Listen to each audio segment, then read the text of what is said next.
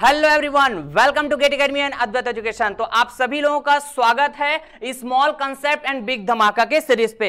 इस सीरीज में मैं डिस्कस करूंगा इंजीनियरिंग मैकेनिक्स सब्जेक्ट के रिगार्डिंग छोटे छोटे स्मॉल कंसेप्ट के ऊपर, इंडस्ट्रियल इंजीनियरिंग सब्जेक्ट के रिगार्डिंग छोटे छोटे स्मॉल कंसेप्ट के ऊपर, जो आपके डिफरेंट एई एग्जाम ओरिएंटेड होंगे, डिफरेंट जेई एग्जाम ओरिएंटेड होंगे। ओके, तो मैं इंजीनियरिंग मैकेनिक्स सब्जेक्ट स्टार्ट करने जा रहा हूं स्मॉल कंसेप्ट विद बिग धमाका। ओके, जो आपके प्रिपरेशन मूड को बूस्ट करने वाला है डियर। तो आप बिल्कुल आपको इसका एक नोटबुक बनाना चाहिए, एक शॉर्ट नोट्स की तरह दिखेगा आपको। तो आपको ना पढ़ने में काफी आपको मजा आने वाला है। जब आपका एग्जाम 1 मंथ 2 मंथ ऐसे जब बचा रहेगा तो उसको रिवाइज करने में आप काफी एंजॉय करने वाले हो। तो चलिए फिर मैं बिना देरी के स्टार्ट करने जा रहा हूं। सबसे पहला और बेसिक टॉपिक होता है हमारा फोर्स। क्लियर? तो फोर्स का आपको एक्चुअल डेफिनेशन पता होना चाहिए, क्योंकि कई बार आपके डिफरेंट एई एग्जाम में, डिफरेंट जेई एग्जाम में इसके डेफिनेशन के रिगार्डिंग ही क्वेश्चन आते हैं डियर। तो मैं दिखाऊंगा आपको क्वेश्चन भी। ओके, सो फोर्स को डिफाइन करता हूं तो कैसे डिफाइन कर पाऊंगा? Actually this force is the what agency,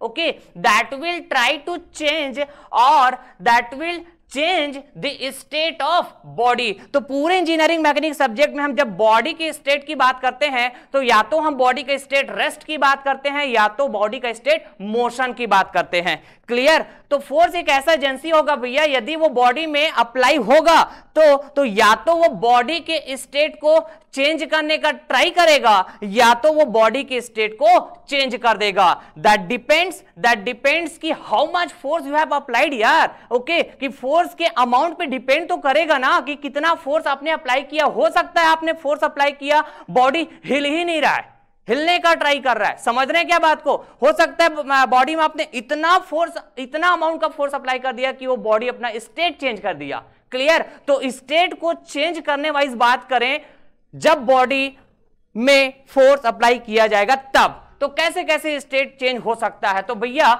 force apply किया जाएगा बॉडी में तो या तो बॉडी के स्टेट को रेस्ट से मोशन में वो चेंज कर देगा भैया, या तो चेंज करने का ट्राई करेगा। एक ऐसा एजेंसी होने वाला है फोर्स। क्लियर? यदि बॉडी मोशन स्टेट में है तो मोशन स्टेट, बॉडी के मोशन स्टेट को रेस्ट स्टेट में लाने का ट्राई करेगा या तो वो रेस्ट स्टेट में ले आएगा। ऐसा एजेंसी होता है भैया फोर्स। क्लियर? और भी पॉसिबिलिटी हो सकता है कि बॉडी यदि मोशन में है, अरे मोशन में है तो हम बॉडी के मोशन को ना रिटार्ड कर सकते हैं। राइट? मतलब जब बॉडी के मोशन स्टेट में होने पर हम उसमें फोर्स अप्लाई करेंगे तो बॉडी के वेलोसिटी को कम करना, बॉडी के स्पीड को कम करना है ना। तो इसका मतलब होता है भैया रिटार्डेशन, और रिटार्डेशन से वर्ड आया हुआ है रिटार्ड। क्लियर? तो ये भी एक है ना फोर्स का इफेक्ट होता है भैया, फ्रॉम मोशन टू रिटार्ड, जब बॉडी में ये फोर्स एक्ट करता है तो। क्लियर बात? ओके, तो फोर्स का इफेक्ट बॉडी में आपको देखना है तो क्वेश्चन आता है भैया कि effect of the force on body किन किन बातों पे डिपेंड करता है। राइट? तो आपको पहली बात तो ये समझ में आ गया होगा कि इस डेफिनेशन से कि भैया force is the agency that will try to change और will change the state of body. कहने का मतलब ये हुआ भैया कि बॉडी की स्टेट को या तो वो एग्जैक्टली चेंज कर देगा या तो चेंज करने का ट्राई करेगा। That depends upon what, how much force you have applied, मतलब अमाउंट ऑफ फोर्स, जिसको कहा जाएगा मैग्नीट्यूड ऑफ फोर्स। सर ऐसे और भी कुछ पैरामीटर्स हो सकते हैं क्या जिस पे बेस्ड होगा फोर्स का effect on body? Yes dear. तो सबसे पहला मैं पैरामीटर की बात करूं भैया तो वो होता है मैग्नीट्यूड ऑफ फोर्स, जिसको मैंने भी जस्ट आपको समझाया। ओके, आपको ध्यान रखना चाहिए कि फोर्स को जब आप ना अप्लाई करोगे बॉडी में तो उसका इफेक्ट देखना है। तो आपको ये भी वेरी क्लियर रहे कि in which direction you have applied the force, that is called direction of force. Okay, और भी आपको ये बात क्लियर रहे कि जब आप बॉडी में फोर्स को अप्लाई करेंगे तो उसका इफेक्ट देखना है आपको। तो ये बात भी आपको वेरी क्लियर होना चाहिए कि वो जो फोर्स है किस लाइन के अलोंग एक्ट कर रहा है भाई। That line is nothing but what, line of action of the force. Okay sir, और भी है क्या? बिल्कुल डियर, एक और वेरी मोस्ट इंपॉर्टेंट पैरामीटर होता है भैया, that is the what, point of application. Okay, कि भैया आप बॉडी के किस पॉइंट पे फोर्स को अप्लाई कर रहे हैं, eight which point you have applied the force. Okay, that is called point of application of force. So this is all about the force. Force के रिगार्डिंग आपको इतना इंफॉर्मेशन होना चाहिए। तो देखिए मैं क्वेश्चन दिखाता हूं आपके different AE and JE exam में कैसे क्वेश्चन पूछे जाते हैं, अभी जो मैं डिस्कस किया हूं स्मॉल कंसेप्ट। ओके, चलिए ये रहा भी आपके पास मध्य प्रदेश जूनियर इंजीनियर 2011, इसमें फ्रेम किया गया क्वेश्चन है फोर्स के रिगार्डिंग, जिसमें आप देख पाएंगे effect of force on a body depend upon option A magnitude, option B direction, option C line of action, option D all of the above. तो सर अभी तो आपने बताया सर स्मॉल कॉन्सेप्ट में कि फोर्स का इफेक्ट बॉडी में देखना है तो हमको मैग्नीट्यूड भी चाहिए, डायरेक्शन भी चाहिए, लाइन ऑफ एक्शन चाहिए, मतलब ये डिपेंड करेगा इन 3 पैरामीटर्स पे सर। तो option D will be what? Correct. Option D will be what dear? Option D will be what? Correct. ठीक है, अरे बात समझ में? Okay, yes.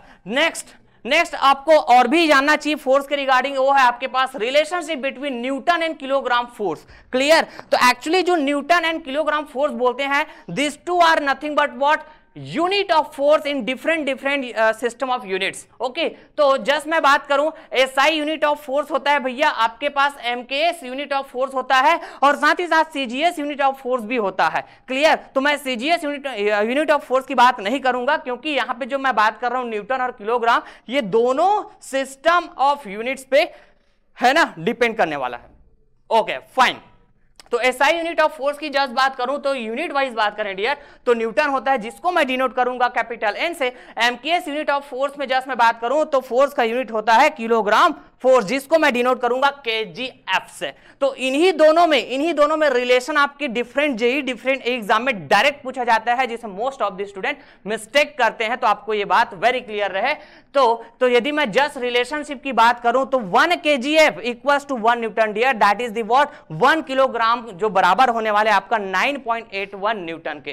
क्लियर? तो एक्चुअली इस इक्वेशन की मदद से राइट आप फोर्स के जो यूनिट बात करते हो न्यूटन और किलोग्राम, इसको आप ना कन्वर्ट कर सकते हो। सपोज आपने फोर्स का यूनिट फोर्स को मेजर किया कि आपने बॉडी में कितना अमाउंट का फोर्स अप्लाई किया है, वो किस सिस्टम ऑफ यूनिट में? एमकेएस सिस्टम ऑफ यूनिट में आपने मेजर किया, सपोज 100 kgf। क्लियर बात? 100 kgf। आप चाहते हो कि अब वही 100 kgf को ना मैं न्यूटन में बात करूं, एसआई सिस्टम ऑफ यूनिट में बात करूं कि मैंने कितना मेजर किया करके, तो आपका जवाब कैसा होना चाहिए कि उस 100 kgf के साथ आप ना 9.81 को मल्टीप्लाई कर देंगे, तो इस तरह से आपको न्यूटन में वही फोर्स का अमाउंट मिल जाएगा, that will be nothing but what?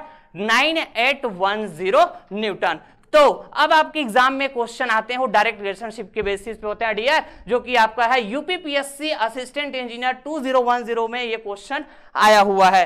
1 kg force equal to how much? तो ऑप्शन ए है 7.8 न्यूटन, ऑप्शन बी है 8.9 न्यूटन, ऑप्शन सी है 9.8 न्यूटन, ऑप्शन डी है 12 Newton. Okay, so most appropriate option की तरफ यदि हम जाए तो अभी जो मैं कंसेप्ट बताया हूं जस्ट उसके अकॉर्डिंग बात करें डियर, तो option C will be what? Correct. Option C will be our answer. Is that clear?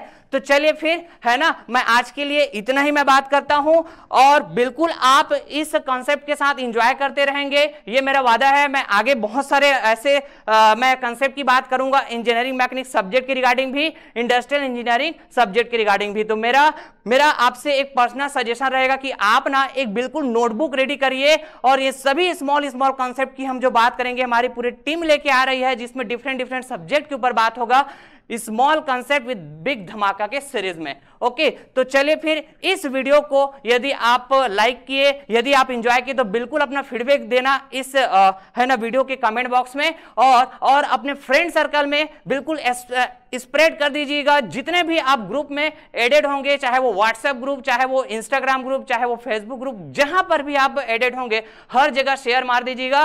तो चलिए फिर मैं नेक्स्ट टॉपिक के ऊपर मैं फिर से मिलूंगा बहुत ही जल्द मजेदार कंसेप्ट के साथ। ओके, तो तब तक के लिए thank you so much, take care, bye bye.